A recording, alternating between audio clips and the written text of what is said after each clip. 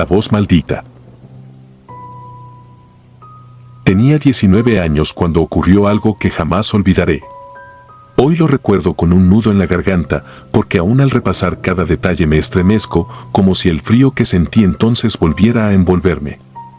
Mi abuela acababa de fallecer hacía menos de una semana. Su partida nos tomó a todos por sorpresa, aunque su salud había estado decayendo lentamente.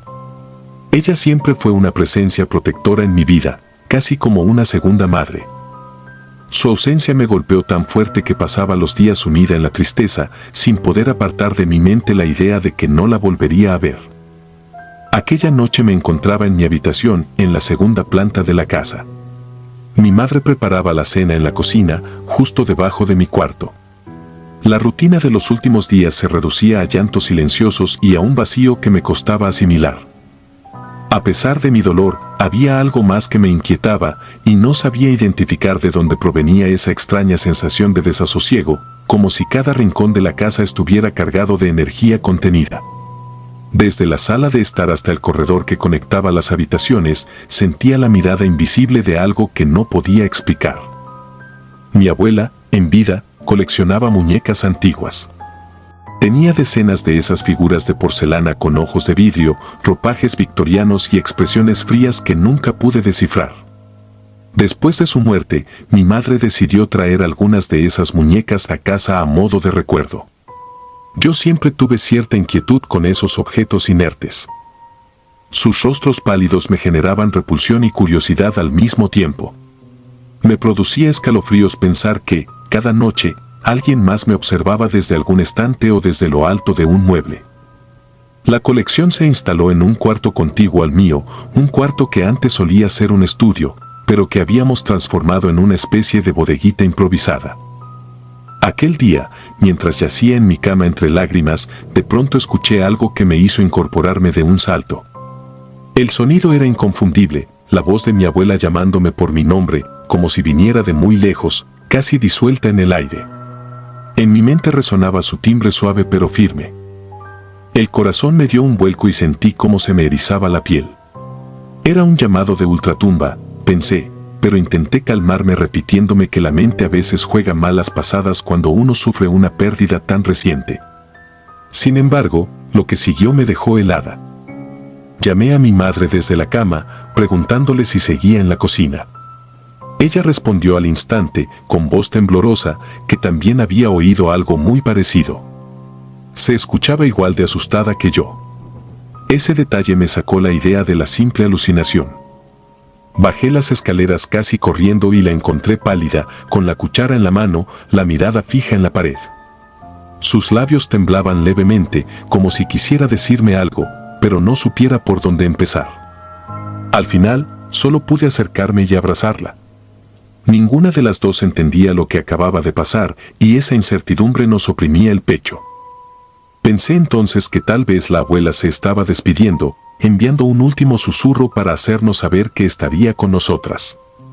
Mi madre opinaba lo mismo, así que intentamos mantener la calma. Pero en mi interior, algo no terminaba de encajar. Esa noche quise dormir temprano. La tristeza y el cansancio me estaban consumiendo, así que cerré la puerta de mi cuarto e intenté dejar la mente en blanco. Sin embargo, el sueño no llegaba y lo único que lograba percibir era un silencio malsano que se apoderaba del lugar. Mi madre se acostó en su habitación, justo enfrente de la mía, y estaba segura de que ella también se debatía entre un mar de dudas y la imposibilidad de conciliar el sueño. De pronto, me pareció escuchar un golpeteo leve en la pared cercana al closet. Era algo tenue, irregular, como un dedo huesudo raspando la madera. Me levanté con cautela y encendí la luz. No había nada allí, solo mi ropa colgada y las cajas que todavía no había desempacado desde la última mudanza de muebles. Toqué las paredes tratando de encontrar algún desperfecto en la estructura, pero no sentí vibraciones ni vi grietas. Apagué la luz, pensando que, otra vez, mi imaginación estaba llevándome al límite. Pero apenas me metí de nuevo en la cama, un golpe más fuerte resonó, ahora en la pared que separaba mi habitación del cuarto de las muñecas. El susto me recorrió el cuerpo, el golpeteo había sido claro, como si alguien pequeño hubiera golpeado con rabia o un desesperado afán de llamar la atención. Me erguí con el pulso acelerado, deseando que mi madre apareciera para decirme que todo estaba bien, pero no sucedió. Lo siguiente fue peor.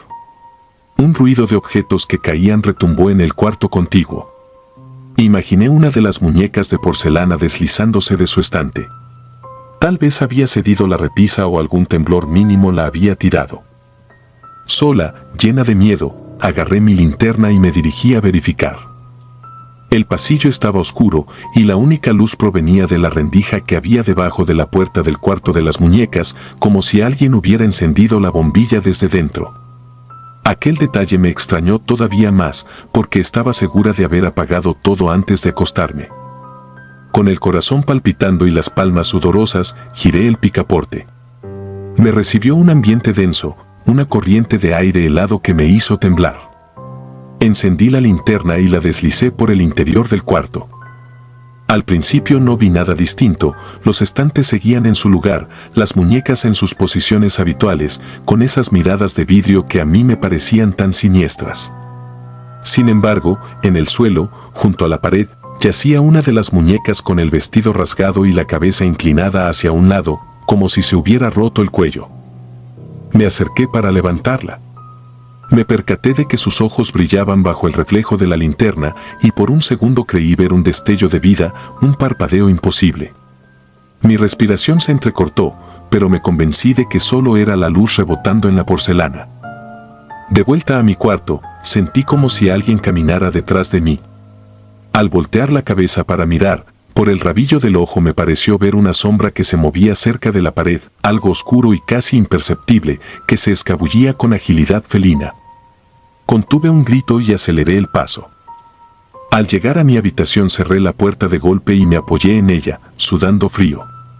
Pasé el resto de la noche con la luz encendida, sentada en la cama, rezando para que amaneciera pronto.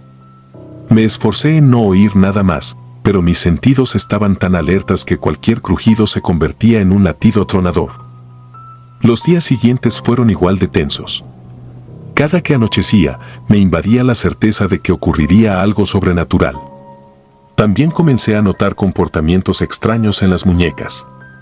Parecían cambiar de posición de forma sutil, como si las manos se movieran unos centímetros o sus cabezas apuntaran a un lugar distinto al último que recordaba.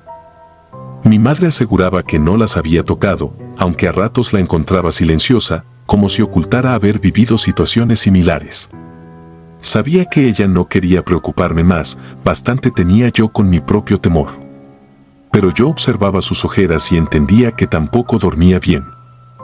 En una tarde particularmente nublada, cuando la casa parecía envuelta en una penumbra permanente, me senté en el sofá de la sala intentando distraerme con la televisión. De pronto, escuché un murmullo arrastrado y apagado, algo parecido al balbuceo de un niño. Provenía del piso de arriba. Mi piel se erizó en el acto y mi primer impulso fue llamar a mi madre. Pero sabía que ella estaba haciendo las compras en la tienda del barrio, así que estaba sola. Podía huir de la casa y esperar su regreso en la calle, sin embargo, sentí la necesidad de saber qué estaba pasando. Apagué el televisor y subí sigilosamente la escalera, con la adrenalina embotando mis sentidos. El murmullo provenía del cuarto de las muñecas. Me acerqué a la puerta, apoyé la oreja y detecté algo escalofriante, sonaba como susurros entrecortados, una mezcla espantosa de risas y lamentos apenas audibles. Era como si varias voces se amalgamaran, pero con un tono distorsionado, sobrehumano. Me llené de coraje y entré. Todo estaba oscuro, a pesar de la ventana. Parecía que las cortinas bloqueaban la luz casi por completo. De nuevo, la atmósfera era helada. Observé las muñecas, percatándome de que la misma que había caído días antes se encontraba ahora sobre su estante, perfectamente acomodada, como si nadie la hubiera roto. Estaba intacta, sin rasguño alguno en el vestido. Me acercaba lentamente a ella cuando sentí un susurro cerca de mi oído: «No te vayas». Di un respingo y contuve el aliento. No era la voz de mi abuela, sino algo más profundo y áspero, algo antinatural. Salí corriendo, llena de pánico, y casi tropiezo en mi desesperación por escapar del cuarto. Luego de esa experiencia, decidí que no pasaría ni una noche más en mi habitación. Durante una semana dormí en el sillón de la sala, aunque el sueño me resultaba escaso. Mi madre me pidió explicaciones, pero preferí no aterrorizarla con detalles, solo le dije que escuchaba ruidos extraños en mi cuarto. Ella no insistió demasiado, pues también se había dado cuenta de que algo estaba muy mal desde la llegada de aquellas muñecas. Nuestro hogar, antes tranquilo, ahora parecía estar bajo una nube de tensión constante. No había rincón que me pareciera seguro. Sentía que, incluso en la sala, algo se movía en las sombras y se quedaba mirándome. Con frecuencia, creía ver destellos de ojos brillantes tras las esquinas o debajo de las sillas. La gota que colmó el vaso llegó una noche cuando mi madre y yo conversábamos en la cocina acerca de la posibilidad de deshacernos de las muñecas. Ella tenía miedo de que hacerlo fuera una especie de falta de respeto a la memoria de mi abuela, aunque yo pensaba que mi abuela jamás habría querido que pasáramos por aquella tortura. Mientras hablábamos en voz baja, oímos un chillido proveniente de la escalera. Corriendo fuimos a ver y nos encontramos con la imagen más espeluznante que recuerdo, la muñeca caída, la que supuestamente se había roto y luego apareció intacta en el estante, estaba de pie en uno de los escalones. Su cabeza ladeada parecía observarnos desde la penumbra. No exagero cuando digo que casi se me detuvo el corazón al contemplarla. Mi madre retrocedió con un grito ahogado y se llevó la mano al pecho. Me llamó por mi nombre, pero su voz temblaba tanto que casi no la reconocí. Dimos unos pasos hacia atrás y, de pronto, la muñeca se ladeó como si alguien la empujara, cayendo por las escaleras hasta dar contra la pared. En ese instante, ambas escuchamos la misma voz que días atrás había emulado a la de mi abuela, pero esta vez se oía cargada de un tono iracundo y antinatural. Sentí que las paredes se estrechaban a nuestro alrededor. Corrimos a la sala sin pensarlo y cerramos la puerta, incapaces de pronunciar palabra. Mi madre, con lágrimas en los ojos, afirmó con la mirada lo que yo ya sabía: había que salir de esa casa o deshacernos de las muñecas esa misma noche. Con el corazón encogido, decidimos guardar todas las figuras en cajas. Mientras las metíamos en sus empaques, me atreví a mirar por última vez el rostro de la muñeca más perturbadora. Su sonrisa parecía burlona, como si guardara un secreto siniestro. Al terminar, sellamos con cinta adhesiva cada caja y bajamos todo al garaje. Esa noche no pudimos dormir, pero al menos mi mente se sintió un poco más tranquila al saber que esos ojos de vidrio ya no estaban a la vista. La madrugada trajo consigo una calma aparente. No volvimos a escuchar ruidos, ni golpes, ni voces que imitaran a mi abuela. Ambas pensamos que, de alguna forma, habíamos librado la casa de la presencia maligna que contenían esos juguetes. Tiempo después, nos atrevimos a tirar las cajas a la basura y nos negamos a mirar adentro. Después de ese suceso, me costó muchísimo recuperar la confianza en mí misma y en lo que mis sentidos perciben. Cada crujido nocturno o sombra en el pasillo me devolvía a esos momentos de pánico. Tardé más de un mes en volver a dormir en mi habitación y las primeras noches me desvelaba con la luz encendida, aferrando las sábanas como si fueran un escudo ante lo desconocido. No volví a escuchar la voz de mi abuela. De algún modo, quiero creer que ella encontró su descanso y que, si se manifestó aquella vez, fue para despedirse, para consolarme en medio de mi desesperación. Sin embargo, tampoco puedo apartar el escalofrío que me provoca pensar que algo más utilizó su voz para atraparme, para alimentarse de mi miedo. Incluso hoy, tantos años después, escribo estas líneas con un nudo en la garganta, esperando no volver a experimentar nada parecido. Mi vida cambió desde entonces. Me hice más retraída y desconfiada de cualquier objeto viejo que provenga de antepasados. Lo que ocurrió en mi casa aquella temporada me dejó la certeza de que existen fuerzas que no alcanzamos a comprender. Aunque me consuelo pensando que la verdadera esencia de mi abuela está en un lugar de paz, no puedo negar lo que viví con esas muñecas, esa extraña combinación entre el recuerdo de alguien amado y la manifestación de una oscuridad que se nutría de nuestro dolor. No sé si lo que habitó en esos juguetes era un eco maldito o un ente desconocido, pero su influjo sobre nosotras fue muy real y aterrador. A veces, por las noches, todavía me despierto sobresaltada con la idea de haber escuchado a lo lejos un murmullo de porcelana o un golpe en la pared. Sacudo la cabeza para espantar ese pensamiento, recordándome que en la casa ya no hay rastro alguno de aquellos muñecos. Pero la memoria es traicionera y el temor se instala en el cuerpo como una cicatriz que nunca se borra del todo. Así aprendí a convivir con el horror, sabiendo que, a veces, basta con un tenue susurro en la oscuridad para que el pasado regrese, reclamándote de nuevo el sueño y la cordura. Muñecos malditos. Recuerdo con nitidez el murmullo de mis pasos al recorrer aquel pasillo largo y desolado de la secundaria a la que asistía, un lugar que siempre me pareció demasiado silencioso para la hora en que salía de clases. Estudiaba en turno vespertino, lo que significaba que, cuando tocaba el timbre final, la noche ya había caído con toda su carga de sombras. Ese día específico, el viento soplaba con fuerza y hacía crujir las ventanas al final del corredor. El ambiente resultaba abrumador, pocas luces, un frío que calaba y la certeza de que algo se escondía tras cada rincón. La secundaria colindaba con un edificio algo inusual, compartía terrenos con una primaria y, más allá de un muro bajo que nadie vigilaba con demasiada atención, un pequeño kinder que tenía fama de ser muy antiguo. Entre mis amigos y yo habíamos hecho de la travesura nuestro pasatiempo favorito. Nos escabullíamos de los honores a la bandera y de ciertas clases que considerábamos demasiado aburridas para perdernos la oportunidad de explorar esos lugares prohibidos. Era una costumbre que nos emocionaba y, la mayoría de las veces, no nos pasaba nada más grave que un regaño tardío o un tropezón. Sin embargo, esa noche descubrimos que había algo más siniestro entre los muros de aquel kinder olvidado, algo que llevaba un buen tiempo esperándonos. Yo no era el más valiente del grupo, pero me encantaba la adrenalina de hacer algo prohibido. Aquella tarde-noche, durante los honores a la bandera que se realizaban justo cuando ya no quedaba luz natural, mis amigos y yo decidimos saltarnos la ceremonia y colarnos en el kinder. Los profesores habían estado haciendo los honores después del anochecer porque varios estudiantes se habían desmayado en las horas de calor, así que, al tener que formarnos a esa hora tan oscura, la escuela adquiría un aura tenebrosa que nos retaba a ir más allá de los límites. Trepamos la barda del kinder con facilidad, como tantas veces antes, esperando hallar lo de siempre, un patio amplio con columpios descuidados y salones repletos de sillas pequeñas y pizarrones rotos. Sin embargo, algo era distinto esa noche. El aire se sentía helado y húmedo.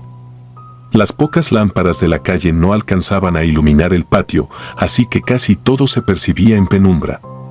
Caminamos con cuidado hasta llegar a un salón que solíamos usar para refugiarnos del frío. Tenía las ventanas rotas y acumulaba cajas con juguetes viejos. Recuerdo que me llamaba la atención la cantidad de muñecos de trapo y figuras de madera que yacían en estantes polvosos, como si hubiesen sido abandonados años atrás.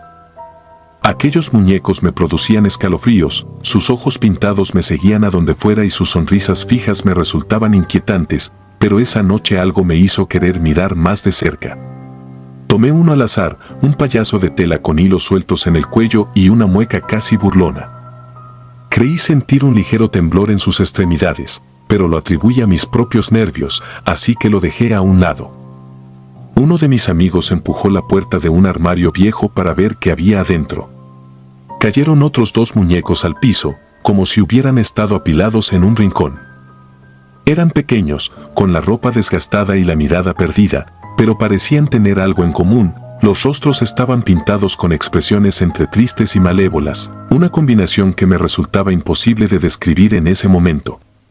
Mi amigo soltó una carcajada burlona y pateó los muñecos lejos. Le dije que no lo hiciera, que me provocaban un mal presentimiento, pero él solo se encogió de hombros. El silencio se hizo más pesado y empezamos a escuchar un ruido extraño, como de pasos que raspaban el suelo. Pensamos que sería alguno de los perros callejeros que a veces se metían en el kinder, o tal vez el eco de nuestro propio alboroto. Decidimos quedarnos un rato más, contándonos historias de miedo. Éramos 5 en total, y aunque a veces se nos unían más compañeros, esa noche solo estábamos nosotros. La idea era matar el aburrimiento mientras afuera seguían los honores en la secundaria. No queríamos regresar aún, no mientras estuviéramos tan entusiasmados con la aventura.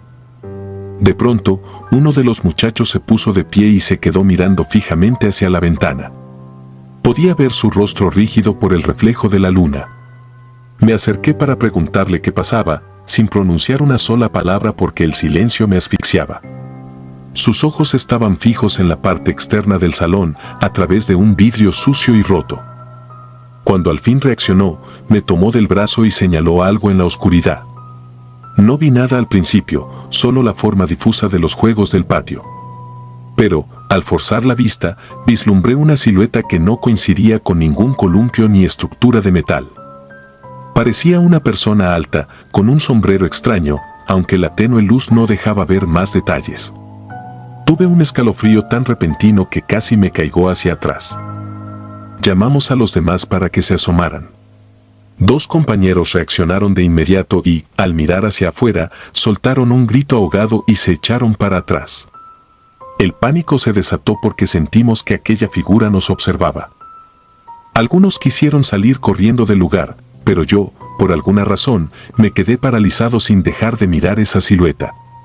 Fue como si me llamara, como si me estuviera retando a quedarme quieto unos segundos más.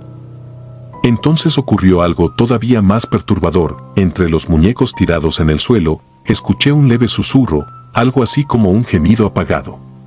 Volteé la mirada y vi que uno de los muñecos, el que tenía la cara triste, parecía haberse movido unos centímetros. Supuse que lo habría pateado sin darme cuenta.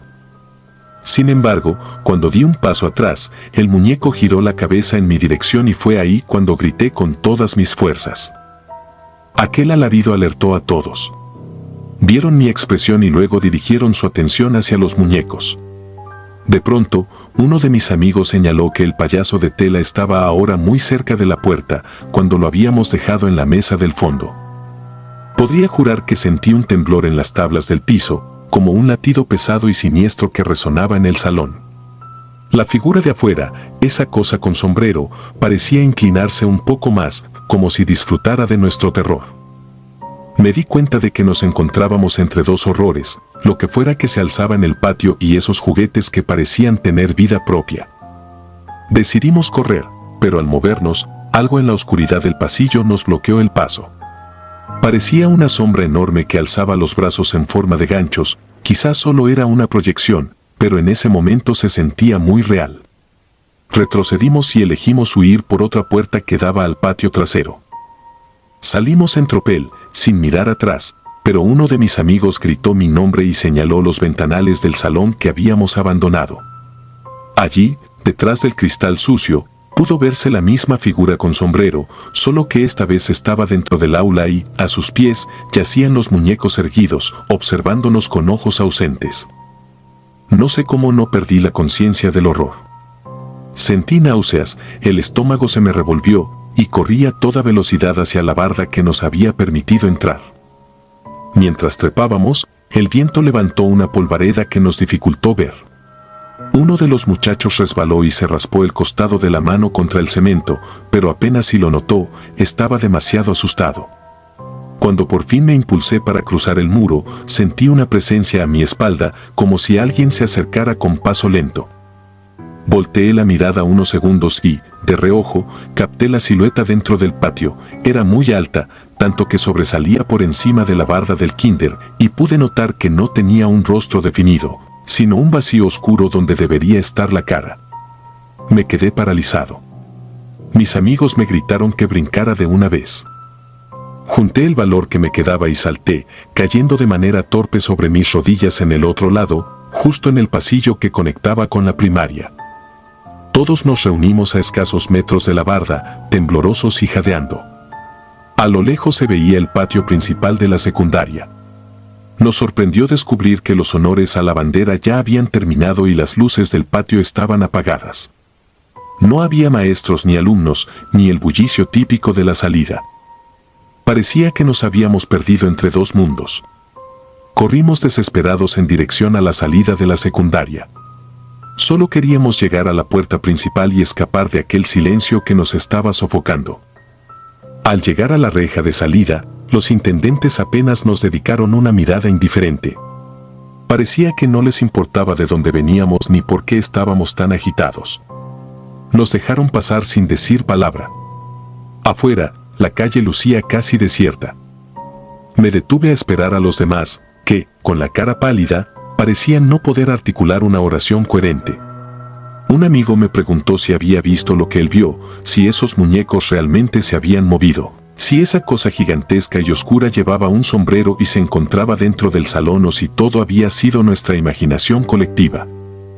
Yo solo atiné a asentir, con las piernas a punto de flaquear. Tomamos la decisión de no volver a poner un pie en el kinder por el resto del curso. Incluso cuando volvíamos a hacer la pinta para saltarnos alguna clase, preferíamos buscar otros lugares, un parque cercano, una azotea abandonada o sencillamente las calles del vecindario. Pero jamás intentamos acercarnos de nuevo a esos salones llenos de muñecos. Sentíamos que algo nos acechaba desde ahí, como si un poder maldito se hubiese posado sobre esos juguetes viejos, alimentándose de la curiosidad de quienes entraban.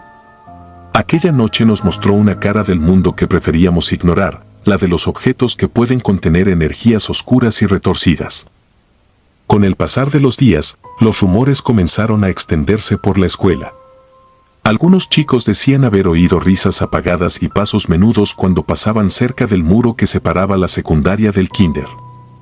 Otros afirmaban que, al asomarse por curiosidad, veían moviéndose las hamacas del patio, aunque no hubiese viento, y que un par de muñecos de trapo aparecían a veces sentados en los columpios.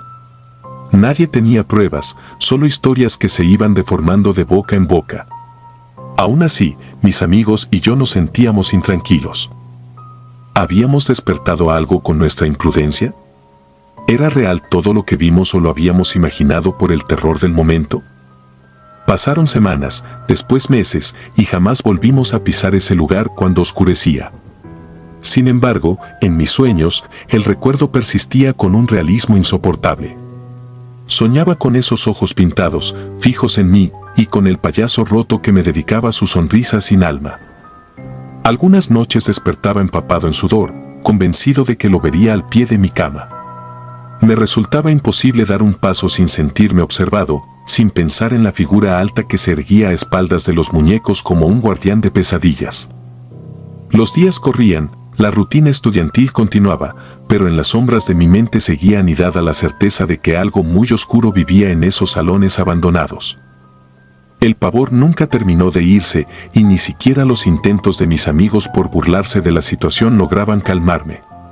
A veces me decían que lo que pasó fue producto de nuestra imaginación colectiva, de una sugestión provocada por los cuentos de terror que nos gustaba contar. Pero cuando sus voces dejaban de escucharse y me encontraba solo en mi cuarto, la realidad me golpeaba con frialdad. Sabía lo que había visto. Sabía lo que sentí. Y sabía que esas imágenes, lejos de ser una alucinación, formaban parte de un suceso que rompió las reglas de lo lógico. Lo peor de todo era asumir que, en el silencio de la noche, esos muñecos seguirían allí, esperando, moviéndose tal vez, respirando o susurrando con cada cambio de viento. Terminé mis estudios en esa secundaria y pasé a la preparatoria en otro lugar. El episodio del kinder quedó atrás para la mayoría, pero no para mí. Aun cuando me fui de la ciudad por un tiempo, el recuerdo seguía persiguiéndome. Conozco personas que se aferran a la idea de que son tonterías de adolescentes, fruto de la rebeldía y la necesidad de sentir adrenalina. Ojalá yo pudiera creer lo mismo. Pero lo que experimenté esa noche fue algo que me marcó. Algo que me demostró que hay sitios en donde la oscuridad cobra vida, y a veces el vehículo para manifestarse puede ser tan inocente como un muñeco en apariencia inofensivo. No volví a saber de aquella figura con sombrero ni de la colección de muñecos siniestros. Nunca me encontré con algún velador que confirmara o negara la historia, aunque escuché comentarios de gente que trabajaba limpiando el kinder y afirmaba sentir movimientos de reojo, ver puertas que se abrían solas o escuchar risas diminutas en la madrugada. Prefiero no buscar más detalles. He comprendido, con los años, que, si algo te invita a traspasar un límite que sientes como peligroso, es mejor no hacerlo, aunque te carcoma la curiosidad. Hay secretos que el mundo mantiene ocultos en la penumbra y descubrirlos solo te llena la mente de terrores que jamás podrás borrar. Hoy, cada vez que paso cerca de un kinder o veo muñecos antiguos en una vitrina, siento un escalofrío que me recorre la espalda.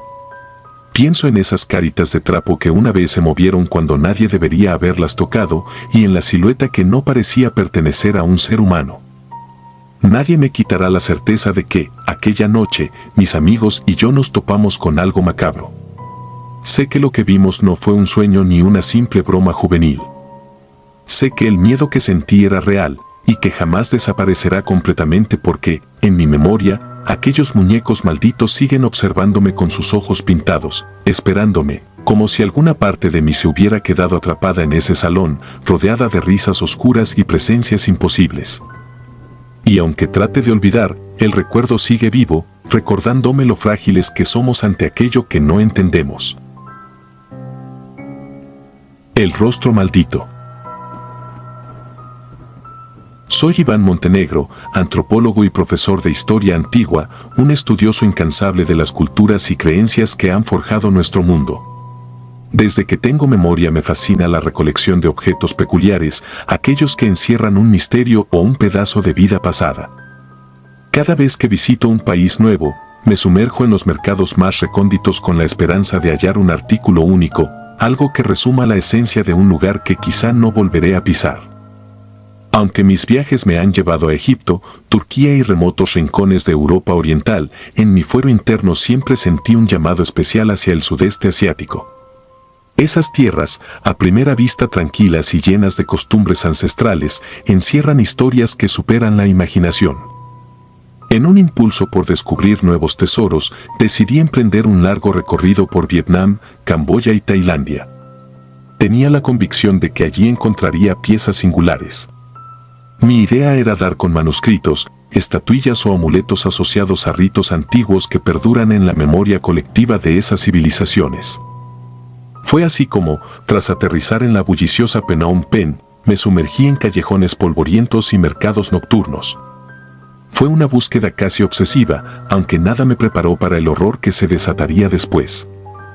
Apenas llegué a la capital de Camboya, contacté a un viejo conocido de la universidad, un guía local que solía ayudar a investigadores extranjeros en su búsqueda de objetos típicos. Su nombre era Darit. Accedió a acompañarme hasta un pequeño pueblo al norte del país, donde vivía una familia de artesanos famosos por elaborar muñecos de madera y tela con un detalle exquisito. Aseguraba que eran figuras conmemorativas que las familias utilizaban en ceremonias secretas para honrar a los ancestros. Mi entusiasmo creció al imaginar que quizá encontraría una pieza irrepetible. El viaje hasta aquel lugar fue agotador. El camino de tierra se llenaba de baches y la humedad del entorno parecía pegarse a la piel como un sudario silencioso. El aire estaba cargado de un aroma mezcla de hierbas y especias locales, pero también había un matiz extraño, algo que no lograba identificar. Tras varias horas de sacudidas en un destartalado autobús, llegamos por fin a nuestro destino. El lugar era casi fantasmal, pocas casas de madera, silenciosas y rodeadas de vegetación densa. Los ojos curiosos de los pobladores se posaban sobre nosotros, los forasteros, con una mezcla de recelo y fascinación.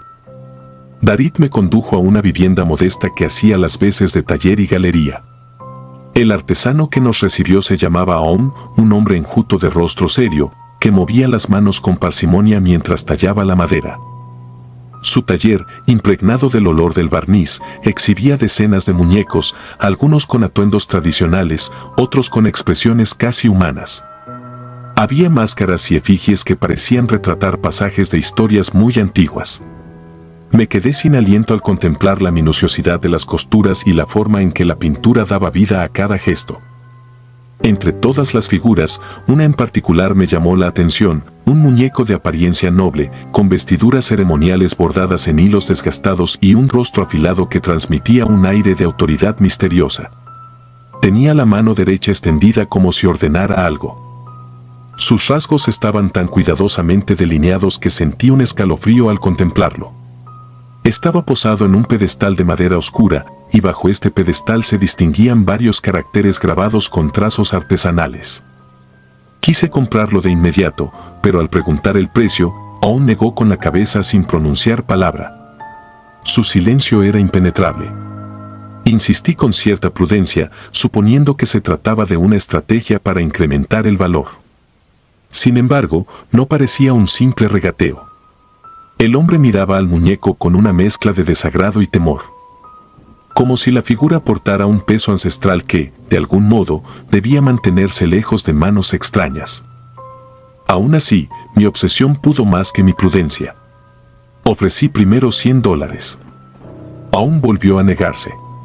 Fui subiendo mi oferta y con cada incremento notaba cómo se crispaban sus manos, arrastrando la gubia contra la madera que tallaba. Cuando llegué a 500, de repente esbozó una sonrisa amarga. Tardó varios minutos en preparar una caja de cartón grueso. Antes de cerrar la tapa, escribió algo en el frente con un pincel grueso y tinta negra. Luego me lo entregó con dedos temblorosos, sin mirarme a los ojos. Le pregunté a Darit si podía traducir el texto. Sin embargo, titubeó, poniéndose pálido. Dijo que no quería ofender mis creencias ni enfrentar antiguas costumbres. Me apremió a marcharnos y, con una despedida nerviosa, se alejó velozmente. Fue la última vez que vi a ese hombre. Pasé los siguientes días en el pueblo, intentando contactar a otros hablantes de la lengua local que pudieran revelar el significado de esa inscripción. Todos rehuyeron la tarea. Incluso, un joven que se ofrecía como intérprete a cambio de unos $, se asomó a la caja, leyó un instante, palideció y se despidió sin tomar el dinero. Cuando intenté sujetarlo de la mano, la apartó con espanto. Aquella misma noche comenzaron las pesadillas.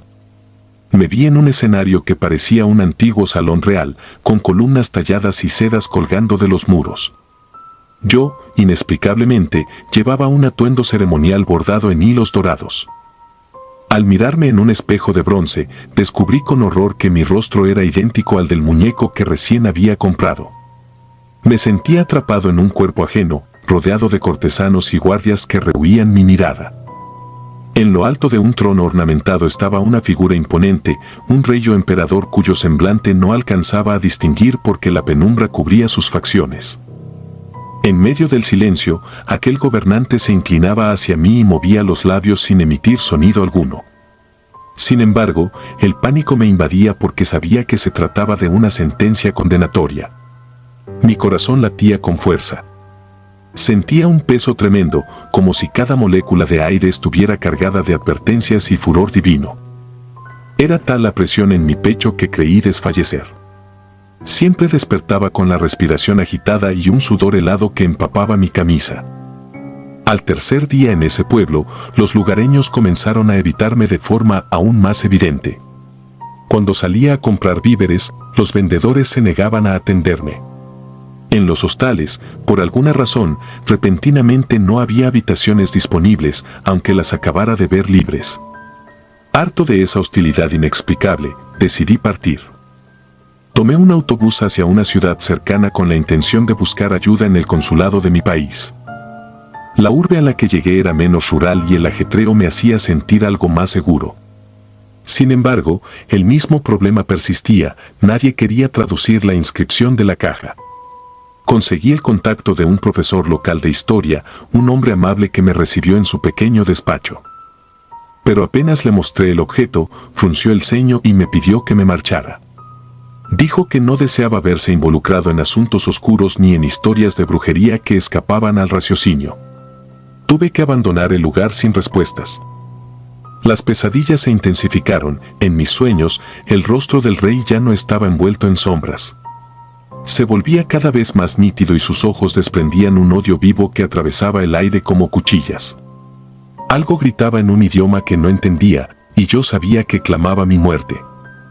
Despertaba con el eco de un alarido en mis oídos, un llanto desgarrador que no parecía humano. Desesperado, me dirigí al consulado para pedir ayuda. La recepcionista me trató con cortesía, aunque cuando le mostré la caja y su inscripción, se retiró incómoda. Me hicieron esperar más de una hora hasta que el cónsul finalmente accedió a recibirme. Su sonrisa se desvaneció al ver de qué se trataba. Mantuvo un tono casi confidencial al explicarme, en términos vagos, que había leyendas ancestrales sobre figuras talladas que albergaban espíritus rencorosos. Dijo que me convenía deshacerme de aquello cuanto antes. Le pregunté por la traducción exacta. Refunfuñó, clavó la mirada en la tapa y masculló que, según entendía, era algo así como una maldición dirigida hacia quien poseyera la representación de un traidor del pasado, un personaje funesto que habría sido condenado por un rey. Esa sentencia, al parecer, perseguiría no solo a la persona que sostuviera la efigie, sino a cualquiera que la contemplara con detenimiento. Me aconsejó no tomarlo a la ligera, pues la cultura local otorga un poder enorme a estas maldiciones. Acto seguido, me pidió que me marchara alegando temas urgentes que atender. Aturdido, pensé en tirar la figura al primer contenedor que viera, pero no podía ignorar lo que había pagado. Tampoco creía del todo en maldiciones. Aún así, los hechos extraños me preocupaban, cada nuevo intento de desplazarme a otro lugar fracasaba. Se caía la conexión de internet o la aplicación de traducción dejaba de funcionar de forma inexplicable cada vez que apuntaba la cámara al texto.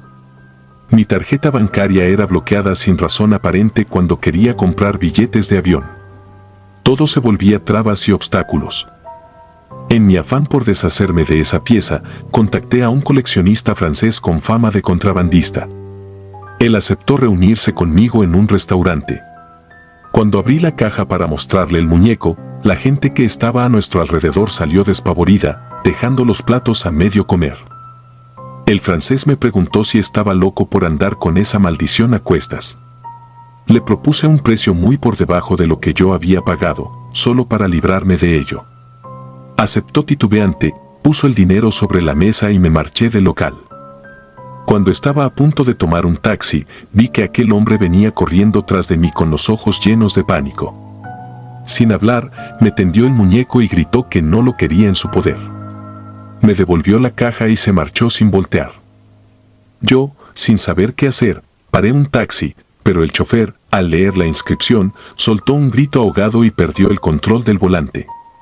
Terminamos estrellados contra otro vehículo.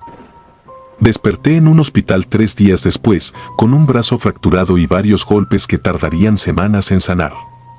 Lo primero que observé al incorporarme en la cama fue la caja, esperando al pie de la silla, como si hubiese sido un paciente más ingresado a mi lado. Nadie se atrevía a tocarla. No pude volver a viajar, ni continuar mi trabajo. Cada vez que intentaba deshacerme de ese muñeco, algún evento fortuito me impedía hacerlo, como si el destino se confabulase para mantenerlo a mi lado. En una ocasión, lo dejé en un contenedor cerca del aeropuerto, pero en cuanto crucé la calle, una turba de perros salvajes apareció de la nada, ladrando y rodeando el basurero. El personal de seguridad me obligó a marcharme sin mis maletas y cuando finalmente logré volver para recuperar mis pertenencias, allí estaba la caja, intacta, custodiada por varios curiosos que la miraban con aversión. El martilleo de las pesadillas se hizo insoportable. Cada noche volvía al salón palaciego. Me veía sometido a un juicio público, donde aquel monarca delirante exigía mi cabeza por traición. Los cortesanos aplaudían su veredicto y yo sentía el roce del metal helado en mi cuello cuando el verdugo alzaba la cimitarra. Nunca llegué a ver la ejecución, pues el terror me despertaba justo antes del golpe final. Sin embargo, la agonía permanecía el resto del día en mis huesos, como si en verdad hubiera rozado la muerte. Al salir del hospital, preferí aislarme en un hotel económico lejos de la ciudad. Necesitaba silencio para razonar qué hacer. Traté de investigar sobre rituales de purificación. Algunos escritos antiguos hablaban de ceremonias con humo de ciertas plantas, oraciones específicas y la participación de un chamán. Pero no conocía a nadie que se atreviera a ejecutar tal exorcismo cultural. Por más que busqué, la sola mención del muñeco hacía que me negaran la ayuda. Ya han pasado meses desde aquella compra. Perdí gran parte de mis ahorros en tratamientos médicos, pagos de hotel y gastos de manutención. Intenté en vano mandar el muñeco de vuelta al artesano. Nadie quiso encargarse del envío. El objeto yace en la misma caja, sellada con esa terrible advertencia que todos rehúsan pronunciar en voz alta. El solo hecho de contemplarlo me roba el sueño. Desde este cuarto lúgubre donde me refugio, redacto mi historia esperando que alguien pueda creerme o, al menos, compadecerse de mí. He renunciado a mi puesto en la universidad y no respondo los correos de mis colegas. Me aterra la idea de que me pregunten por mi viaje y tenga que explicar este infortunio que parece no tener fin. Desconozco si algún día hallaré la forma de romper la maldición. Lo que más me asusta es la mirada de aquel muñeco que a veces juro ver asomarse entre las sombras, incluso cuando la tapa de la caja está bien cerrada. O tal vez sea mi mente alucinada que sigue repitiéndome que soy víctima de una condena centenaria, hijo de una traición olvidada. Cada vez me resulta más difícil distinguir la realidad de la pesadilla. Solo me queda rogar que esta historia sirva de advertencia a cualquiera que, como yo, persiga obsesivamente lo desconocido sin pensar en las consecuencias. Ya no estoy seguro de nada. Solo deseo que si alguien encuentra mi relato, comprenda que no se trata de supersticiones ingenuas. Hay objetos que encierran rabia y venganza ancestrales, fuerzas que duermen en el silencio y aguardan un gesto imprudente para extender sus garras. Aún conservo la esperanza de que, en algún recóndito rincón de Asia, exista alguien capaz de anular el influjo de esta reliquia maldita. Hasta entonces, el muñeco reposa en mi habitación, implacable en su quietud, carente de vida aparente, pero poblando mis sueños con voces que me exigen pagar por una traición que ni siquiera cometí. No puedo escapar de él.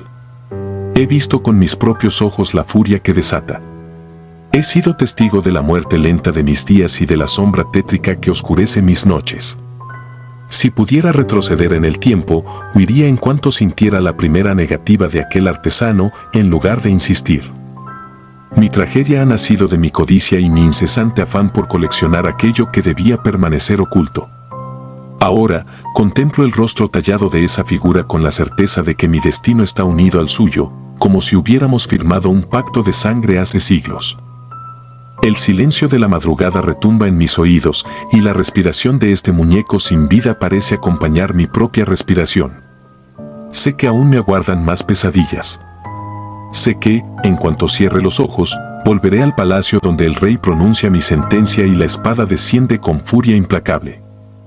Sé que estoy sentenciado a repetir esa muerte simbólica una y otra vez, hasta que finalmente mi cordura se quiebre o encuentre la forma de huir de este país y de mí mismo, aunque no me quede lugar en el mundo al que pueda escapar. Mientras escribo las últimas líneas, escucho un leve crujido en la oscuridad. Resisto la tentación de voltear hacia la caja, porque temo descubrir que la tapa está abierta y esos ojos fijos me observan a plena luz de la bombilla mortecina. Siento que mi corazón late con tanta fuerza que en cualquier momento podría estallar. Mi futuro se ha convertido en un callejón de miedos que crecen sin cesar. Todo por un rostro de madera que alberga un odio imposible de saciar. He sellado el manuscrito que contiene esta confesión. Quizá alguien la lea y comprenda. Quizá también decida evitar las tentaciones de lo desconocido. Yo ya he perdido la inocencia y la paz. Solo me queda vivir con el eterno terror de saber que mis pasos están marcados por el filo de una espada invisible, la misma que me perseguirá hasta el fin de mis días, y más allá. Los juguetes. Siempre quise creer que mi vida estaba destinada a la tranquilidad, que nada podía sacudirme de mis rutinas silenciosas. Me equivoqué. Mi nombre es Adrián, y en este mismo momento temo que escribir lo que sucedió avive recuerdos que preferiría enterrar, pero siento que debo contarlo. Quizá, al hacerlo, encuentre algo de paz. Crecí en un pequeño pueblo situado en los alrededores de los Pirineos españoles. Nunca fui sociable ni curioso, prefería perderme en mis propios pensamientos antes que involucrarme en la vida de los demás. De niño, me gustaba quedarme en casa leyendo, dibujando, tallando figuras en pequeñas piezas de madera. Con el tiempo, esa afición se convirtió en mi ocupación principal. Comencé a elaborar muñecos de madera con una habilidad que, según los vecinos, parecía sobrenatural. No era una persona conflictiva, pero sí muy reservada. La gente en el pueblo empezó a decir que mi forma de mirar era inquietante. Decían que mis ojos se posaban en los demás como si atravesaran sus pensamientos, y eso les daba mal rollo. Muchos evitaban mi presencia y yo respondía con el mismo distanciamiento. Me parecía que la soledad era mi única aliada. Mi taller se hallaba en el borde de un bosque denso y silencioso. Para mí, no había nada más reconfortante que el ruido del cincel contra la madera. Sin embargo, pronto empecé a notar algo extraño en aquellas creaciones. Siempre había tallado muñecos, niños, niñas, animales, hasta rostros de ancianos con una meticulosidad obsesiva. Aún así, cierta tarde, mientras terminaba un muñeco con una mirada particularmente viva, tuve la sensación de que me observaba. Fue un instante fugaz. Sacudí la cabeza, culpé al cansancio y continué mi labor. Durante años, llevé mis muñecos al pueblo para venderlos en la plaza principal o cambiarlos por provisiones. Cada vez que pasaba por la taberna, los mismos comentarios me perseguían. Ahí va Adrián, el tallador solitario. Solían murmurar que algo en mí resultaba extraño. Yo lo ignoraba. Comía un trozo de pan con tomate, bebía cerveza y regresaba al bosque con rapidez. A pesar de mis silencios, no podía evitar escuchar rumores. Hablaban de historias muy viejas acerca de juguetes malditos que habrían aparecido en la región tiempo atrás, y la gente retomaba esas leyendas cada vez que me veían llegar con nuevos muñecos de ojos brillantes. Había una joven en el pueblo, Irene, nieta de un anciano a quien todos llamaban Fermín. A ella le fascinaban los relatos de terror, pero los consideraba ficción pura. Una tarde, la escuché decir que publicaría en sus redes un video con los muñecos raros que yo creaba. Fue la primera vez que sentí un escalofrío que no provenía del clima de la montaña, sino de mis propias entrañas. Aquella noche, algo cambió. Estaba yo en mi taller, iluminado tan solo por un farol de aceite. Tenía varios muñecos terminados, perfectamente alineados en un estante. De pronto, noté que uno de ellos había caído al suelo sin que yo lo hubiese tocado. Lo recogí. Su expresión tallada mostraba una especie de mueca que no recordaba haber esculpido. Lo dejé en su sitio y me obligué a pensar que tal vez lo había colocado mal. Pero un murmullo casi inaudible me erizó el vello del cuello. Juraría que provenía de la boca inerte del muñeco. Esa misma noche, la luna se alzaba en el cielo con un fulgor helado. Intenté dormir, pero me resultó imposible. Sentía la necesidad de asomarme al taller una y otra vez, como si algo reclamara mi presencia.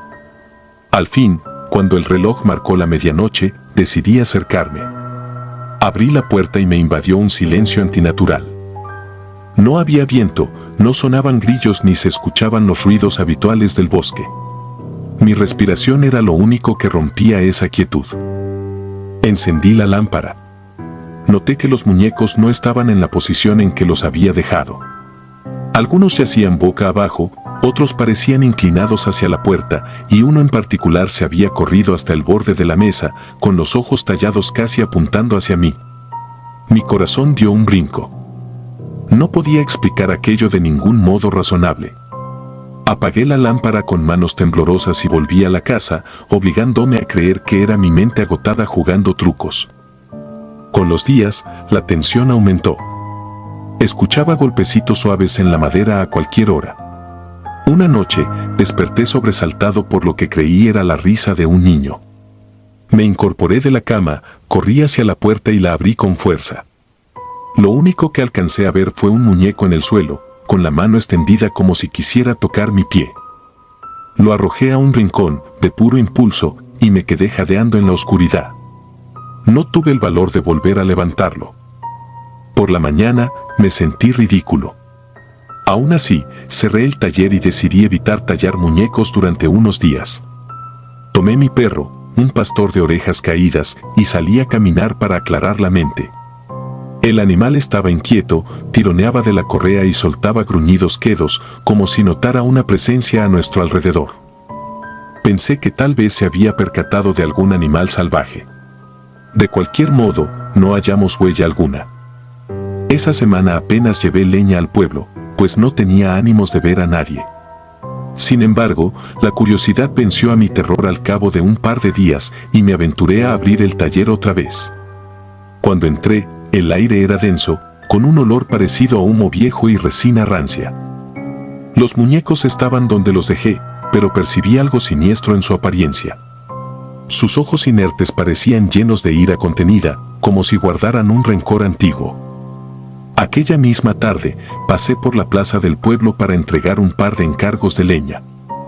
Irene, la nieta de Fermín, se reía en voz alta contando a sus amigos que pronto subiría a internet unos videos demostrando que no hay maldición ni muñecos poseídos, sino una simple superstición. Me sentí vulnerable porque parte de mí anhelaba creer que tenía razón, pero otra parte temía que se burlara de algo que ni yo mismo lograba comprender. Cuando regresé a mi casa, encontré una nota deslizada bajo la puerta. Era de un anciano llamado Esteban, a quien yo había visto alguna vez en la taberna. Decía saber lo que pasaba con mis muñecos. Me indicaba que fuera a buscarlo a un viejo caserón cerca de la entrada del bosque si necesitaba respuestas. Tardé un par de días en decidirme. Finalmente, una noche de tormenta y sin luna, me armé de valor y acudí al lugar. El caserón era lúgubre. Me abrió la puerta un hombre muy mayor, de barba blanca y temblorosa. Me recibió sin pronunciar mi nombre, como si me hubiera estado esperando. Apenas intercambiamos palabras porque él parecía preferir el silencio a las explicaciones largas. Me guió a una sala iluminada por velas donde había cráneos de animales y viejos libros en latín. Sentí un escalofrío que me paralizó. Con voz ronca, me dijo que en el pasado, alguien de mi familia habría tallado muñecos en la madera de un árbol maldito, asociado a ritos antiguos que buscaban encerrar almas en figuras inanimadas. Esos rituales no fueron concluidos de manera adecuada, y la madera continuó cargando una energía malsana. Según él, era probable que, sin saberlo, yo hubiese heredado la misma madera guardada en el taller y con ella estaba dando forma a marionetas sin descanso. Dijo que esa energía podía dominar mi mente y mis emociones. Salí de aquel caserón con las piernas temblorosas, con la cabeza llena de confusión y terror. Las palabras del anciano resonaban en mi cabeza. De vuelta en mi casa, ni bien crucé la puerta, percibí movimiento en el interior. El perro ladraba de forma desesperada. Lo encontré arrinconado, con el hocico bajo y las orejas gachas, gruñéndole a un grupo de muñecos dispuestos en semicírculo junto a la pared. Uno tenía la cabeza ligeramente inclinada hacia un costado, como si estuviera escuchando con atención. Aquella visión me pareció tan aterradora que comencé a sudar frío. Tomé al perro en brazos y lo saqué de allí lo más rápido que pude.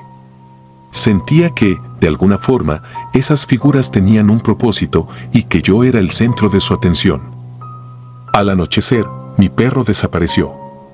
Lo busqué por el bosque, llamándolo sin cesar, pero no lo encontré. Cuando volví al taller, el silencio me resultó insoportable. Me armé de coraje y agarré un hacha. Empecé a destruir todos los muñecos que encontraba. Arranqué sus miembros articulados, astillé sus rostros tallados hasta convertirlos en trozos irreconocibles de madera. Sin embargo, no dejé de sentir que algo me miraba. De pronto, escuché un crujido a mi espalda. Me giré con el hacha en alto. Nada. El farol parpadeaba, proyectando sombras danzantes en las paredes. Un llanto suave, casi un sollozo infantil, surgía de algún rincón, pero no podía ubicarlo. Cuando quise encender la lámpara por completo, se rompió el vidrio y me quedé en penumbras. La puerta se cerró de golpe. Me quedé paralizado, empapado en sudor y con la garganta seca. No sé cuánto tiempo pasó. Creo que perdí la noción de la realidad. De algún modo, logré abrir la puerta y corrí hacia el pueblo. Busqué a Esteban, pero nadie supo decirme dónde vivía. Insistí en la taberna y me dijeron que ese anciano hacía mucho que no se veía por la zona y que había rumores extraños sobre él. Entré en pánico porque sentí que había hablado con un fantasma o con alguien que existía más en leyenda que en carne y hueso. Me quedé en el pueblo esa noche, sin atinar a regresar a mi casa. Al día siguiente, fui a buscar a Irene. Estaba tan asustada al verme que dio un paso atrás. Me confesó que el pueblo entero andaba murmurando sobre las risas que se habían escuchado cerca de mi taller y sobre gritos que parecían de un hombre enloquecido. Le dije que necesitaba su ayuda. Sin pronunciar una sola palabra más, me condujo a la vivienda de su abuelo, Fermín. Él me escuchó, serio, mientras le contaba todo lo vivido. Fermín me miró sin sorpresa. Dijo que, en otros tiempos, hubo historias de gente que daba vida a muñecos con rituales prohibidos. Mencionó que la madera de ciertos árboles puede ser muy antigua, llena de ecos de sufrimiento humano, y que si uno es solitario y vulnerable, esos ecos encuentran la forma de manifestarse. Añadió que la única solución era arrancar el mal de raíz. Tenía que quemar no solo los muñecos, sino también cualquier rastro de esa madera en mi taller. Volví a mi cabaña al anochecer, temblando de miedo. Llevé un bidón de gasolina que conseguí en la taberna y lo vertí sobre cada rincón del taller. Las figuras destrozadas se amontonaban, las astillas crujían bajo mis pasos. Cuando el olor penetrante se hizo insoportable, arrojé un fósforo. El fuego rugió con furia y me obligó a retroceder. Las llamas se alzaron hasta el techo, devorando todo. Sentí algo que sonó como un chillido colectivo, o tal vez fuera solo mi mente a punto de colapsar. Me quedé mirando el incendio. Quise llorar, pero estaba seco por dentro. Cuando salió el sol, todo mi trabajo y mi hogar eran cenizas. El humo que se elevó al cielo parecía cargado de lamentos. Durante los días siguientes, dormí en un pequeño cuarto que me prestó Fermín. La gente en el pueblo no se atrevía a preguntarme nada. Sin embargo, en mi interior, seguía temblando. No deseaba volver a sentir esa mirada incrustada en la madera, ni esos susurros de medianoche. Aún así, en mi último día en el pueblo, antes de marcharme para siempre, me acerqué a los restos calcinados de mi taller. Entre las cenizas, encontré un fragmento apenas quemado de uno de los muñecos que más me habían asustado, el mismo que escuché murmurar esa noche. Aquel trozo conservaba su ojo tallado. Estaba ennegrecido por el fuego, pero aún se distinguía la forma de la pupila, mirando en mi dirección con un rastro de odio. Lo arrojé al suelo, lo pisé hasta pulverizarlo y salí corriendo de allí. Juro que, mientras lo hacía, oí algo semejante a un suspiro lastimero. Desde entonces, evito cualquier objeto de madera con rasgos humanos. No sé si lo que sucedió fue fruto de una maldición real o si mi mente me jugó la peor de las trampas. Solo quiero que mi historia sirva de advertencia, pues hay cosas que escapan a nuestro entendimiento. Aún hoy, cuando cierro los ojos, escucho esos golpecitos suaves en la madera y percibo la mirada hueca de esas figuras que parecían tener alma. He intentado olvidar, he intentado explicarlo con la razón, pero hay noches en las que, al borde del sueño, me asalta la idea de que no logré destruir todo. Quizá un último muñeco quedó oculto, esperando, hambriento de la esencia de quien ose darle atención. No sé si lograré conciliar el sueño con semejante pensamiento. Lo escribo con la esperanza de hallar consuelo. Sin embargo, en el fondo, temo que esos susurros vuelvan a buscarme en la oscuridad, reclamando algo que yo, en mi necedad, no debí desatar jamás. Si lees estas palabras, guárdate de tallar rostros en la soledad de un bosque antiguo y silencioso. Ten cuidado con lo que creas, pues podría empezar a contemplarte en las noches y los ojos de la madera no se cierran nunca. Ojos rojos. Mi nombre es Andrés y hoy quiero compartir algo que todavía me persigue en las noches, algo que me heló la sangre cuando ocurrió y que, hasta el día de hoy, sigue acechando mis sueños como una sombra. Siempre me he considerado una persona pragmática, reacia a creer en historias de fantasmas o juguetes malditos, pero lo que experimenté hace algunos años no encaja con nada que pueda explicar de manera lógica. Vivía con mi hermana mayor en un cuarto diminuto que rentábamos en un antiguo edificio al sur de Guadalajara. Ambos habíamos llegado a la ciudad para estudiar en la universidad y nuestras familias, con un presupuesto apretado, nos ayudaron a encontrar algo que estuviera dentro de lo que podíamos costear. El lugar no era exactamente confortable, pero al menos tenía un baño propio y una pequeña tarja para lavar trastes. Sin embargo, nunca pensé que aquel cuartito modesto se convertiría en el escenario de la peor pesadilla de mi vida. Cuando nos instalamos por primera vez, nos dimos cuenta de que todo el edificio tenía un aire lúgubre. Los pasillos eran estrechos, con paredes de concreto desconchado que dejaban ver capas de pintura de otros tiempos. Nuestro cuarto estaba en el tercer piso, y lo único que lo hacía un poco agradable era una gran ventana que daba hacia la casa de al lado. Desde esa ventana se podía ver el patio vecino, un espacio descuidado, repleto de maleza que brotaba entre las grietas del cemento. Pero lo que más me inquietó fue descubrir que, sobre un viejo tanque de agua oxidado, descansaba un muñeco de trapo. Sus ojos eran dos grandes botones negros que brillaban de manera siniestra bajo el sol, y estaba tan descolorido y gastado que parecía haber resistido años de intemperie. Nadie se molestaba en moverlo, y su figura inerte me producía un escalofrío que no podía explicar. Después de acomodar nuestras cosas, mi hermana y yo decidimos colocar una litera para ahorrar espacio. Yo, sin pensarlo mucho, me quedé con la cama de arriba. Ubicamos la litera justamente junto a la ventana, y mientras intentábamos colgar una cortina sencilla para tapar un poco la luz del sol, no podía quitarle la vista al muñeco. Había algo casi hipnótico en su aspecto, sus brazos parecían estirarse en una especie de mueca retorcida y siniestra, y daba la impresión de estar mirando directamente hacia nosotros, aunque esa fuera solo la paranoia que se gestaba en mi cabeza. Pasaron las horas y la noche cayó. Me costó dormir por la novedad del lugar y por el desasosiego que me generaba la casa de al lado. Desde la ventana no se percibía ningún movimiento y, a pesar de la oscuridad, podía ver la silueta del muñeco recortada contra las sombras. Sentí un escalofrío y cerré los ojos con fuerza, intentando conciliar el sueño. En algún punto lo logré, aunque mis sueños no fueron precisamente plácidos. A la mañana siguiente, mientras desayunábamos a toda prisa para llegar a la universidad, noté que mi hermana bostezaba una y otra vez. Me confesó que apenas había podido pegar el ojo porque durante la madrugada había escuchado un ruido repetitivo, como un golpeteo de teclas de computadora que provenía de la casa vecina. Yo no había oído nada. Su relato me dejó intrigado, pero supuse que los ruidos podían deberse a tuberías antiguas o a algún vecino que trabajaba hasta tarde. Sin embargo, su expresión de cansancio y su insistencia en que sonaba exactamente como si alguien estuviera tecleando sin parar me hizo preguntarme qué se cosía tras aquellas paredes. Los días siguientes transcurrieron de manera parecida. Mi hermana continuaba quejándose del ruido, que afirmaba escuchar noche tras noche.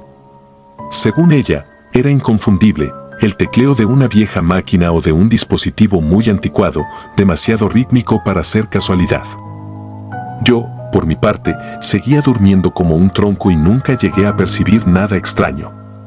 Intenté mirarlo todo con calma, pero en mi interior empezó a germinar la sospecha de que algo inexplicable estaba ocurriendo en esa casa. Cada día, al asomarme por la ventana, encontraba la misma escena, el patio abandonado y el muñeco sobre el tanque de agua, con sus botones ennegrecidos. Sin embargo, me pareció notar que, a veces, su postura cambiaba ligeramente, como si alguien lo hubiera movido de lugar o le hubiera girado la cabeza. Podía ser solo mi imaginación, pero cada vez que me daba cuenta, un sudor frío me recorría la espalda. Llegué al punto de sentir una obsesión malsana por ese patio. Cualquier crujido que escuchara en la noche me empujaba a asomarme, en parte para descubrir si esa máquina de escribir, o lo que fuera, estaba en verdad en uso. Pero cada vez que corría la cortina, no veía a nadie. La casa permanecía a oscuras y el muñeco permanecía donde siempre, inmóvil, como un guardián retorcido que vigilaba mi ventana. Una noche, mi hermana me sacudió con fuerza para despertarme. Eran cerca de las 3 de la mañana y sus ojos estaban desorbitados de puro miedo. Me dijo que el sonido del tecleo había regresado más fuerte que nunca. Efectivamente, se escuchaba como si alguien estuviera presionando teclas metálicas con furia, un repiqueteo constante y enfermizo. Mi corazón se aceleró y, en contra de mi instinto, salté de la litera, corrí la cortina y me asomé. El patio seguía vacío. Sin embargo, el muñeco ya no estaba sobre el tanque de agua. El latido de mi corazón se volvió ensordecedor. La noche estaba más silenciosa de lo normal, no se oía ni el canto de un solo grillo. Y, aún así, ese tecleo grotesco se manifestaba como si viniera desde una habitación contigua. Decidí regresar a mi cama sin pronunciar palabra, estaba paralizado. En cuanto me alejé de la ventana, el ruido cesó. Ni mi hermana ni yo pudimos conciliar el sueño durante lo que restó de la noche. A la mañana siguiente, me levanté con el cuerpo entumecido. Con cierta valentía fugaz, volví a asomarme al patio, esperando no encontrar nada. Pero casi me da un vuelco el corazón. El muñeco estaba de regreso en su sitio, aunque su posición parecía distinta, como si se hubiera acomodado para mirar de frente a mi ventana. Sus brazos, antes caídos, se erguían como si tuviera codos, y su cabeza, ladeada, parecía inclinarse burlonamente. Tuve que retirar la vista. La imagen me revolvió el estómago. Por puro terror, fingí ante mi hermana que no había notado nada extraño. Ella hizo lo mismo. Tomamos nuestras mochilas y corrimos fuera de aquel edificio sin dirigirnos la palabra. Tras las clases, regresé solo al cuarto. Mi hermana tenía un proyecto que la mantendría ocupada hasta tarde en la biblioteca, así que me tocaba cenar por mi cuenta. Tomé algo de comida, pero mi apetito se había esfumado. Sentía que algo me vigilaba incluso con la cortina cerrada. Tal vez fueron mis nervios, pero comencé a percibir un suave siseo, muy tenue, como si viniera de algún lugar del pasillo. Me quedé helado, agudizando el oído, y me di cuenta de que no eran tuberías, ni pasos, ni el crujir de la madera del techo. Era como un susurro ahogado, algo que me llamaba sin pronunciar palabras. No sé qué me impulsó, pero giré la perilla de la puerta, salí al pasillo y avancé con el estómago encogido. El siseo se desvaneció. Volví a mi cuarto, tratando de creer que todo eran alucinaciones provocadas por el miedo. Esa misma noche, el tecleo de la supuesta máquina de escribir regresó con furia. Desperté asustado y mi corazón casi saltó de mi pecho cuando escuché un golpe en la ventana. El primer instinto fue esconderme bajo las cobijas, pero la curiosidad y el terror me empujaron a levantar un extremo de la cobija y mirar hacia el cristal. Las luces de la calle apenas entraban en nuestro cuarto y mi vista tardó en acostumbrarse. Fue entonces cuando sentí el mayor pavor de mi vida. Contra la ventana, en el lado de afuera, distinguí dos pequeños destellos rojos, como si fueran los ojos brillantes de un animal acechando en la oscuridad. Podía jurar que eran los botones del muñeco, iluminados con un resplandor demoníaco. Me quedé paralizado. No pude gritar ni moverme, solo sentí mi respiración acelerarse y mi cuerpo temblar involuntariamente. La cortina estaba entreabierta y durante unos segundos que me parecieron eternos, vi como esos dos destellos ascendían lentamente, como si la cosa estuviera trepando por la pared. Antes de que pudiera procesarlo, escuché un raspón en el alféizar y de pronto, el tecleo cesó de golpe. El silencio fue ensordecedor. Apreté los ojos y recé sin saber a qué, pidiendo que nada irrumpiera en mi cuarto. No sé cuánto tiempo transcurrió, pero cuando reabrí los ojos, los destellos habían desaparecido y el ruido no había regresado. Mi hermana llegó al amanecer y me encontró sentado en mi cama, con la mirada perdida. Le conté lo que había visto. Su rostro palideció y me dijo que, al entrar al edificio, había visto en el patio del vecino un movimiento extraño. Juraba haber detectado la silueta de alguien colocando el muñeco en su posición habitual. Nos armamos de un coraje frágil y decidimos asomarnos juntos. Para mi consternación, ahí estaba el muñeco, otra vez sentado sobre el tanque de agua, con sus brazos desmadejados y su cabeza inclinada, como si todo aquello no hubiera sido más que un sueño febril. Pero sabíamos que no lo era. Podíamos sentir esa vibración enfermiza en el aire, una opresión que parecía advertirnos que algo sin nombre habitaba en esa casa y usaba al muñeco como vínculo o canal. La noche siguiente se convirtió en nuestro punto de quiebre. Mi hermana insistió en que se quedaría despierta para enfrentar lo que fuera que apareciera. Yo, intentando mantener la cordura, acepté. Pasadas las 2 de la mañana, el tecleo empezó, fuerte e insistente, como si alguien quisiera arrancar las teclas con cada pulsación. Era imposible ignorarlo y me acerqué a la ventana para tratar de ver si había luz en la casa vecina. Todo continuaba en penumbras, salvo por un tenue brillo rojizo que se movía en la oscuridad de una habitación cercana al patio, similar a la incandescencia de un par de ojos. Fue en ese momento que lo vi con más claridad. El muñeco, que se desplazaba por su cuenta sobre el alféizar interior de la ventana vecina, con la cabeza ladeada en mi dirección. Sentí el grito atorado en mi garganta y apenas retrocedí 1 o 2 pasos antes de que mi hermana soltara un jadeo ahogado. También lo estaba viendo. De pronto, la cortina de la ventana vecina se cerró de golpe, como si una mano invisible la hubiera jalado con furia. El tecleo se intensificó tanto que parecía que las paredes vibraban, y solo entonces reaccionamos. Tomé las llaves y mi cartera, mi hermana agarró su mochila y salimos corriendo del cuarto, sin importarnos dejar ropa o libros. Bajamos las escaleras a toda prisa y nos lanzamos a la calle con una mezcla de terror y alivio. Deambulamos por la ciudad el resto de la madrugada, esperando a que amaneciera para buscar otro sitio donde pasar la noche. Nunca volvimos a dormir en aquel cuarto. Hablamos con la dueña del edificio y le explicamos, sin muchos detalles, que la situación era insostenible. Ella no preguntó nada, como si ya hubiese oído historias parecidas antes. Nos devolvió parte del depósito y apenas metimos nuestras cosas en un taxi, sin atrevernos a subir a solas. Todavía recuerdo el escalofrío que me recorrió la espalda al despedirme de aquel lugar, sintiendo que el muñeco podía estar observándonos desde alguna rendija, complacido con nuestro miedo. Desde entonces, no he podido borrar de mi mente la imagen de esos dos destellos rojos en la noche. A veces pienso que quizá era todo producto de la sugestión, pero no hay forma de que ambos hayamos tenido la misma alucinación. Y lo más perturbador, a pesar de que nunca supimos quién vivía en la casa de al lado o por qué se escuchaban esos tecleos infernales, estoy convencido de que había algo más que una simple persona tras la ventana. Ese muñeco, con sus ojos de botón y su sonrisa deshilachada, era algo perverso, una presencia que no podía explicarse con palabras, como si alguien o algo lo hubiera cargado de energía oscura. Mi hermana y yo preferimos no contar esta historia a mucha gente, pues la mayoría nos miraría con escepticismo o burla. Sin embargo, a veces no puedo evitar pensar en la posibilidad de que otras personas hayan vivido encuentros similares. Me pregunto si el muñeco seguirá ahí, con su mirada de botones perforando el vacío, o si habrá ido tras nuevos inquilinos para arrebatarles el sueño y la cordura. Si alguien pasó por algo parecido, me gustaría saberlo, aunque no tengo el valor de revelar la dirección exacta. No deseo que otros se acerquen por curiosidad y caigan en su influjo.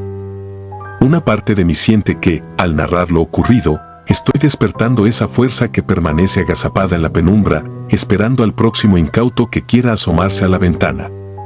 Solo puedo decir que, si llegan a ver unos botones brillando en la oscuridad, aparten la mirada antes de que sea demasiado tarde.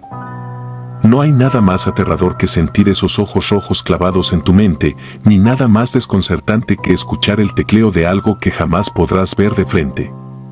Desde aquel día, cuando llega la noche, procuro dormir con las cortinas cerradas y las luces encendidas. Aún así, en mis sueños, a veces los veo, dos botones rojos que me observan, un tecleo incesante y un muñeco que se acerca cada vez más, con su boca hilvanada en una mueca macabra. Despertar es un alivio, pero el sudor frío nunca desaparece. Y aunque nadie me crea, sé lo que sentí. Sé lo que vi. Ignoro si lo que habitaba esa casa era un espíritu, un demonio o simplemente la manifestación de energías negativas acumuladas. Pero de algo estoy seguro, no he vuelto a dormir como antes. Y cada tanto, cuando algo golpea mi ventana en medio de la noche, no puedo dejar de pensar que ese muñeco sigue rondando en las sombras. Solo espero que nunca se atreva a cruzar nuevamente mi camino, o el de cualquiera que tenga la desgracia de escuchar el maldito repiquetear de sus manos contra un teclado imaginario, acompañado de esos ojos rojos que brillan en la oscuridad. Si disfrutas de los relatos, te invitamos a apoyarnos con un like y un comentario, ya que eso nos ayuda muchísimo. Además, si aún no estás suscrito o suscrita, te animamos a formar parte de la comunidad del terror.